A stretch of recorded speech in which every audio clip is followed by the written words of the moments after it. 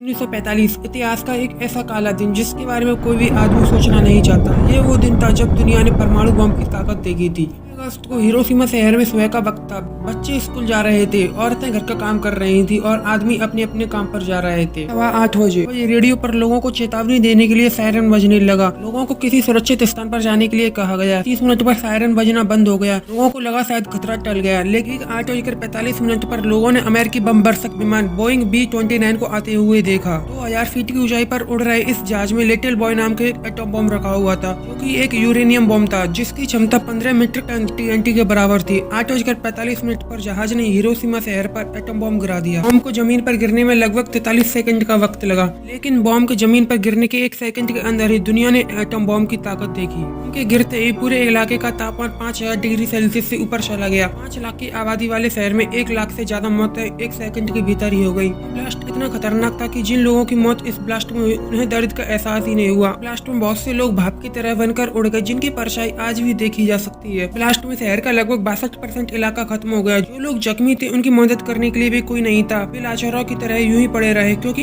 इस ब्लास्ट में शहर का लगभग 90% मेडिकल स्टाफ मारा जा चुका था। इस ब्लास्ट में बच गए उन्हें एटम बम की रेडिएशन का सामना करना पड़ा। लोगों को कैंसर और लकवा जैसी बीमारियां बन गई। सदी के अंत तक इस एटम बम की वजह से शहर में लगभग 2,30,000 लोग मारे गए। अमेरिका के सामने सरेंडर नहीं किया तो अमेरिका ने 9 अगस्त 1945 को जापान के एक और शहर नागासाकी पर 11 बजे एक और एटम बम गिरा दिया, जिसका नाम था फैटमैन। की क्षमता 21 मीट्रिक टन TNT के बराबर थी, जिसमें लगभग 1,30,000 लोग मारे गए। सीमा शहर की रहने वाली सियाको मासूमो बताती है कि हमले के समय उनकी उम्र लगभग 4 साल की थी। उनकी बड़ी बहन स्कूल जाने के लिए तैयार हो रही थी, लेकिन उनकी मम्मी ने उसे स्कूल जाने से रोक दिया और कहा कि आज तुम स्कूल मत जाओ। सियाको और उसकी माँ बाजार चले जाते हैं। एक बूढ़ा आदमी बॉम्ब बॉम्ब चिल्लाता है। सभी अपने अपने घरों के बंकर में छिप जाती हैं। सियाको और उसकी माँ पास ही की दुकान में छिप गए। इसी तरह सुरक्षित घर पहुंचे जहां उनकी बड़ी बहन सुरक्षित थी। बाद में यह पता चला कि उसकी बड़ी बहन जिस स्कूल में पढ़ती थी उसी स्कूल पर बॉम्ब गिरा था, जिसमें सभी स्टूडेंट और सभी टीचर्स की मौत हो गई थी। सभी लोग मासूमो और उसकी फैमिली ऐसी नहीं थी। इसमें बहुत सारे लोगों की मौत हो गई थी। बाकी के रहने वाले यासुजीरो तनाका बताते हैं उस समय उनकी उम्र 3 साल की थी और उनकी हाइपो सेंटर से दूरी लगभग 3 किलोमीटर ही थी। लेकिन उनको याद है कि बॉम्ब के ब्लास्ट से इतना उजाला हो गया कि मानो 1 लाख कैमरे की फ्लैश लाइट एक साथ ऑन कर दी हो। इतनी जोर की आवाज हुई कि जिसमें कई बिल्डिंगें ढह गई। वो भी किसी एक बिल्डिंग के मलबे के नीचे दब गए, पर खुशकिस्मती से उन्हें बचा लिया गया। हालात उस वक्त जब एटॉमिक हथियारों की क्षमता ज्यादा नहीं थी। आज इससे भी कई गुना ज्यादा क्षमता के परमाणु बम बनाए जा चुके हैं। तो जरा सोचिए, अगर आज एटम बम से लड़ाई हुई, यह किस तरह दुनिया में तबाही मचा